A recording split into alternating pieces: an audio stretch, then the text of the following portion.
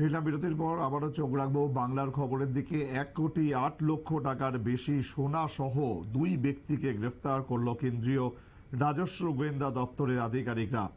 ধৃতদের থেকে মোট 11টি সোনার বিস্কিট উদ্ধার করা হয়েছে, যার প্রতিটির ওজন 116 গ্রাম করে জানা গেছে। একটি সরকারি বাসে চেপে বিহারের উদ্দেশ্যে সোনা নিয়ে যাচ্ছিলেন ওই দুই ব্যক্তি। গোপন সূত্রে খবরের ভিত্তিতে অভিযান চালিয়ে তাদের কোচবিহারে একটি টোল প্লাজা থেকে আটক করে শিলিগুড়ি নিয়ে এসে সার্চ করার পর এই সোনাগুলো উদ্ধার করা হয়। দেখতেই পাচ্ছেন সেই ছবি। বহিরাজ্যে যাওয়ার পথে 11টি সোনার বিস্কিট সহ গ্রেফতার দুই যুবক।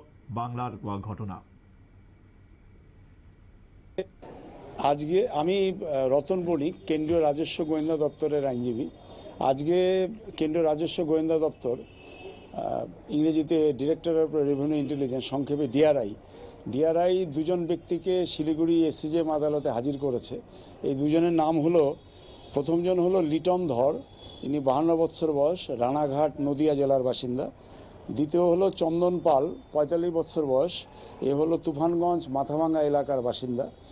এবং গোপন সূত্রে খবর ছিল যে বাংলাদেশ থেকে চোরাপথে সোনা এসেছে কুচবিহারের ডিস্ট্রিক্টে, এবং সেই সোনার একটা অংশ এই দুজনে সোনাগুলো নিয়ে এনবিএসটিসির গাড়িতে করে তারা বিহারের দিকে যাবে।